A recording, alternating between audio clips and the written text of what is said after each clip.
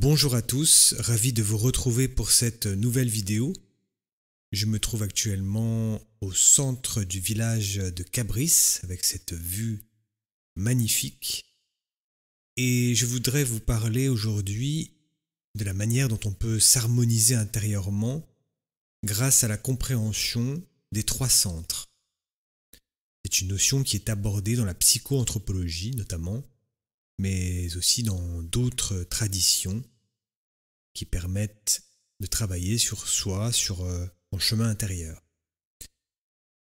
Alors en fait c'est très simple, nous avons trois centres, c'est-à-dire des centres aussi qui correspondent à on va dire des centres énergétiques. Nous avons le centre physique qui correspond à la zone du nombril, le centre émotionnel au niveau du cœur, au centre de la poitrine et le centre intellectuel au milieu du front.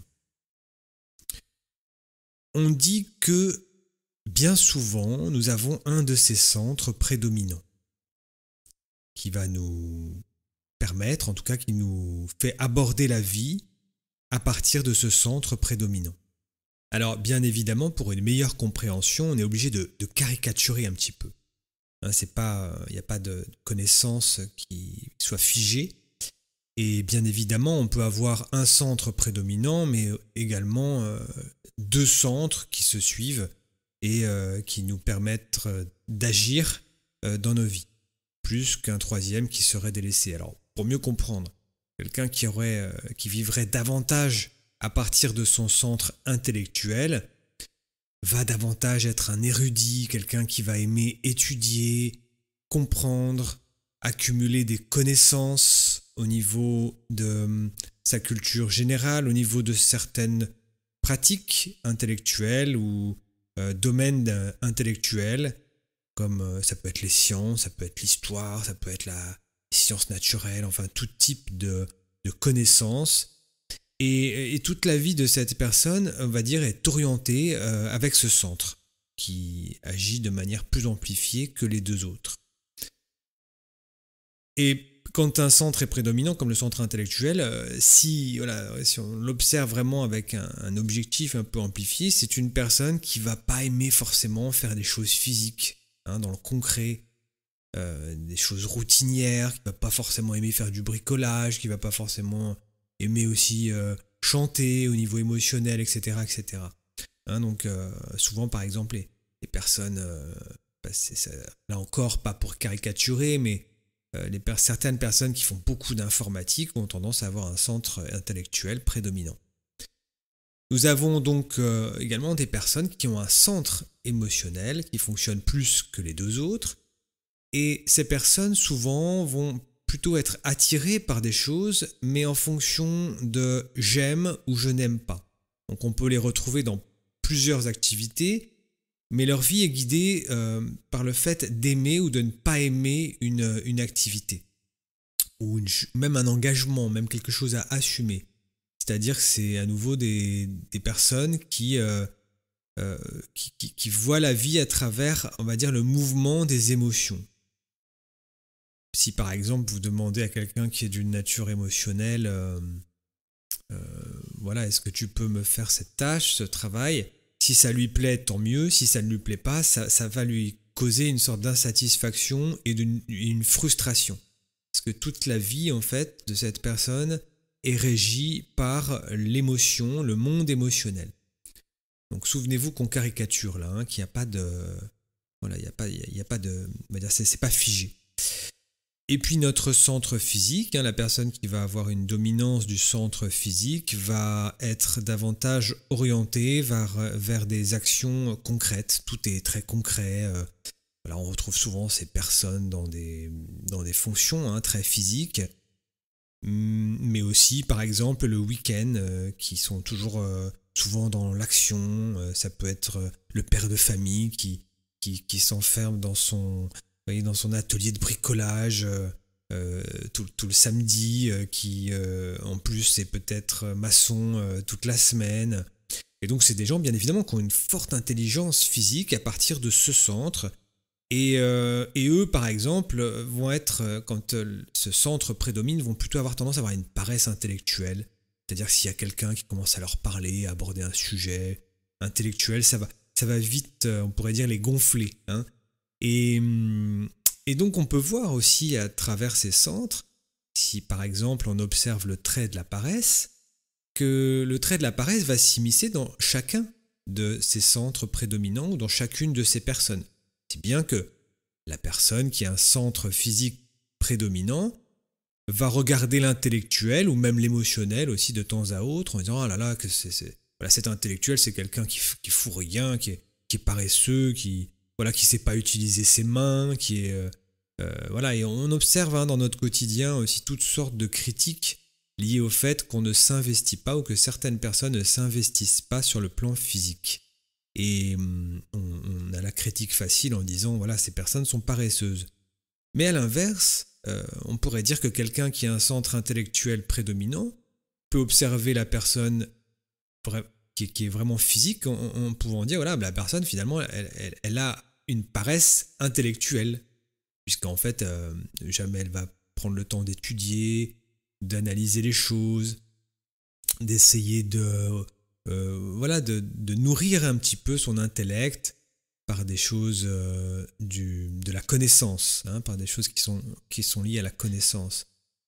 Donc attention aux jugements et aux critiques faciles qui partent souvent de notre centre dominant sans voir soi-même certains traits qui sont à l'œuvre et qu'on ne veut pas voir. Alors mais la question qu'on veut soulever à travers cet entretien, cette vidéo, c'est comment s'harmoniser intérieurement avec ces trois centres.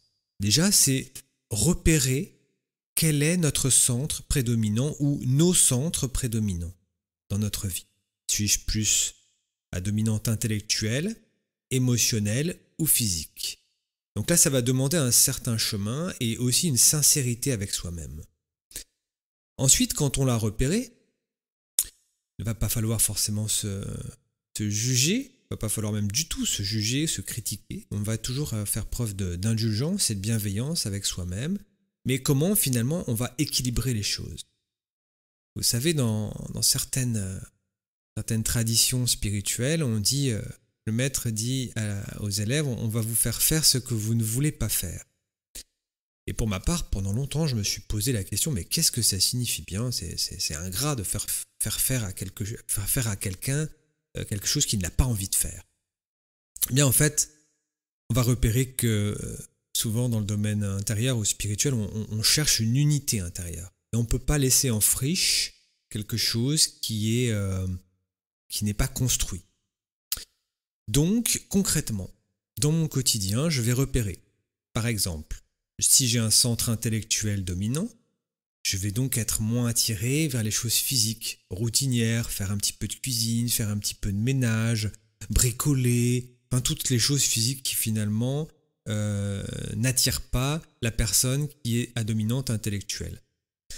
Donc, est-ce que je peux peut-être dans mon quotidien, moi je propose ça bien souvent avec les personnes avec qui je travaille, mais bien évidemment aussi avec moi-même, je vais me proposer, par exemple, pendant quelques jours, d'effectuer une tâche physique, simplement peut-être 2 minutes ou 3 minutes. Par exemple, ça peut être simplement passer l'éponge sur une table ou balayer une pièce. Et je vais répéter cet acte quotidien tous les jours.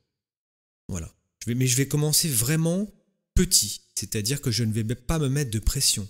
Je me dis, voilà, je veux construire ce centre que j'ai délaissé, il y a peut-être une paresse à cet endroit-là, en tout cas quelque chose qui demande à être animé, animé dans le sens de donner vie, et comment je peux le construire. Si je suis à dominante physique, à l'inverse, peut-être, est-ce que je peux me proposer au cours de ma journée, de mes journées, de me dire, voilà, pendant 2 minutes, pareil, je commence avec 2 minutes où je vais simplement lire une page d'un livre. Ou regarder un documentaire de culture générale, par exemple à la télévision.